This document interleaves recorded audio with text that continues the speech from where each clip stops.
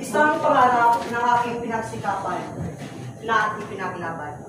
Magandang umaga sa inyong lahat. Ang pamagat ng aking italumpati ay tungkol ito sa labing isang magkakapatid, ngunit ako lang yung bunso ang nakatungtong ng kolehiyo dahil sa kahirapan. Ako po ay narito sa inyong harapan upang ibahagi ang isang kwento. Hindi lamang ito tungkol sa aking buhay, kundi tungkol ito sa hinaharap ng maraming Pilipino. Isa akong bunso sa labing isa na magkakapatid sa aming pamilya. Tila bang ang edukasyon ay isang pangarap lamang, hindi pribilehiyong madaling makamtan.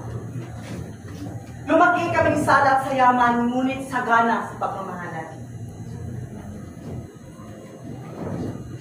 Lagi kong iniisip kung ano ang aking kapakanan, kung paano ko makamit ang aking pangarap. Habang minamasdan ko ang aking mga kapatid, ay tila bang may kakayahan akong gawin upang maibigay ko sa kanila ang pangarap na ninanais nila. Ang aking mga kapatid ay isinakripisyo na huminto sa pag-aaral upang makatulong sa gastusin sa aming bahay.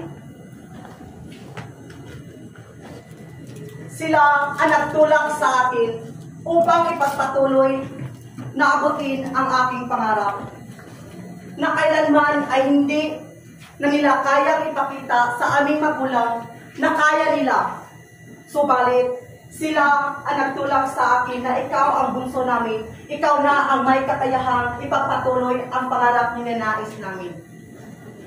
Ngunit kailanman hindi sila nagsilos o nagdamdam na ako ang bunso ang pinili na ipagpatuloy ang pag-aaral para sa pangarap ng aming pamilya. Habang minamasdan ko ang mata ng aking mga kapatid, ay tila bang may panghinanayan sila na hindi sila nakapagpatuloy sa pag-aaral.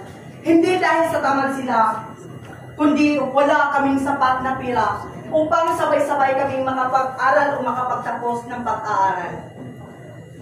Sa halip, sila ang binigyan pansin o sila ang kinuhaan ko ng malakas o sandata upang ipagpatuloy para matagumpayan ko ang pangarap ko na ninanais ko. Habang minamasdan ko ang aking mga kapatid na nagbanat